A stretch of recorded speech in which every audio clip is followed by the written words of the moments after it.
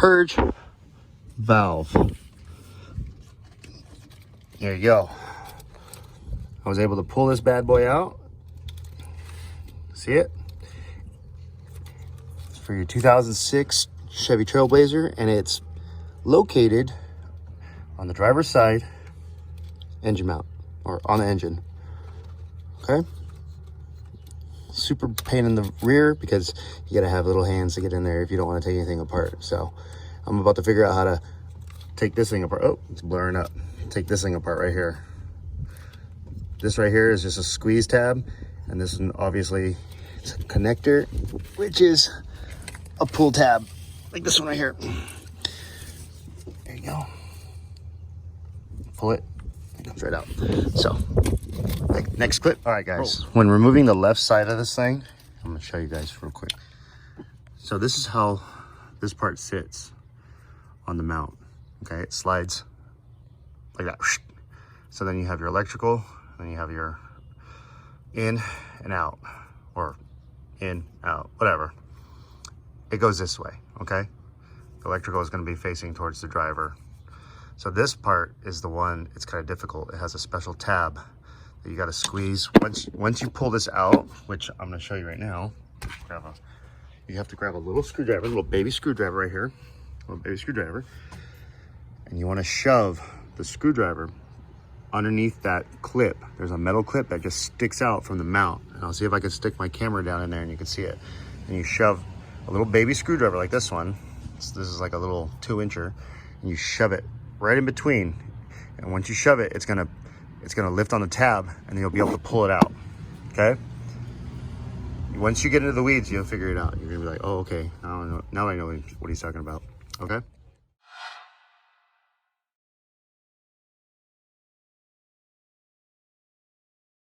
See it? Because it sits this way. So you're gonna have to pull it. You'll give a little, once you pull it off the mount, there's some slack. You'll be able to pull the right side off first, and then once you pull the right side off, you'll be able to flip the whole unit. It'll all be stuck together, and then you'll be able to put your finger in there, and you'll be able to remove the old part. Okay? Easy peasy. Not really. So here's the new part, and I'm gonna clip it right back into that tube that you just saw. Okay. All right, and from the wheel well, you can see. Let's see if I can get in there real quick. I'm gonna zoom in real quick. You'll be able to see it right there. That's the finished product. That's what it should look like before and after. Now that's a new part, so obviously it's gonna be all shiny. And that's pretty much how you replace it. But you see that you want to start with the right side first because it's the easiest to get to. So that red tab, it's your electrical, then take down the bottom one, which is a push tab. If you look on the very top of that white, well, now it's tan cream, push down with a screwdriver and then pull out, and that should release it. All right, fellas, so this is the part that I replaced. And hopefully this helped you guys out with just that little bit of footage, straight, cut, dry to the point. And here's the error codes that was popping up with. It was a P0455, P0442, P0496. Those are the error codes I was popping up with this thing right here. So link in the description if you want one of these. I'll put in like the high quality, and this is like a really old one as per my old video. So I replaced both the canister and the purge valve. So there you go, guys. I erased the indicator light, so hopefully that will be gone now, the check engine light, and I can get this thing smogged. That was the whole point, right? Look how many miles I got on this thing, 214,362. So still plugging away, no car payment. Sup? Anyway, guys, I hope you guys enjoyed this video. If you like this type of video or any other one of my videos, consider subscribing and making a purchase through Amazon with one of these. Anyway, guys, be safe. And quick note for anybody who's a mechanic who wants to help out with any of these repairs. Helps a lot of guys out when you guys chime in, any professionals. I'm not a mechanic, as you well know, so I can only help with the experiences that I go through. and like taking stuff apart and then just showing you what I did to manage the situation without breaking anything. So far so good. So any mechanics, drop some knowledge down there in the comments, and we will catch you guys later. And if you guys do like any of the content I put out there, definitely appreciate a subscribe, and we will catch you guys on the flip, as I said in the last clip. All right, peace. All right, guys, I know I'm kind of making this video a little bit long, but one of the common symptoms to all those codes that I showed you was when I put fuel in, gas in the car, when you would start the car, it would sputter, like it didn't want to start.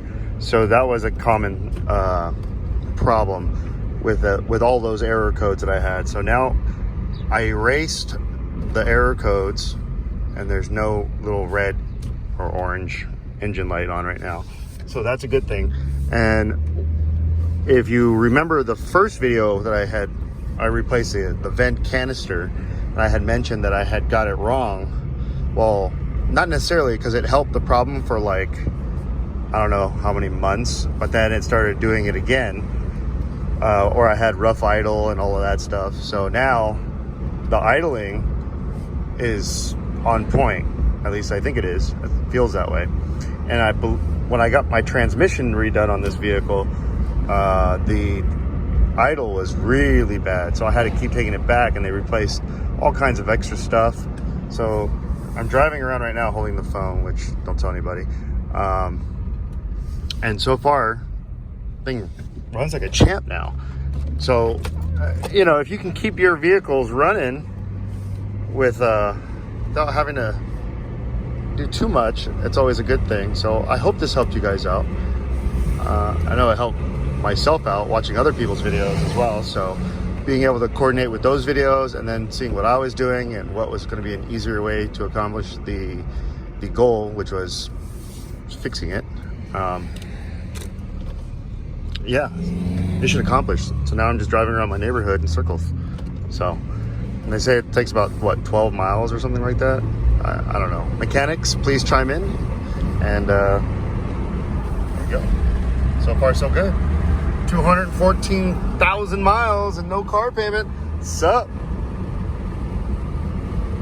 Live debt free. Let's do it. All right, guys.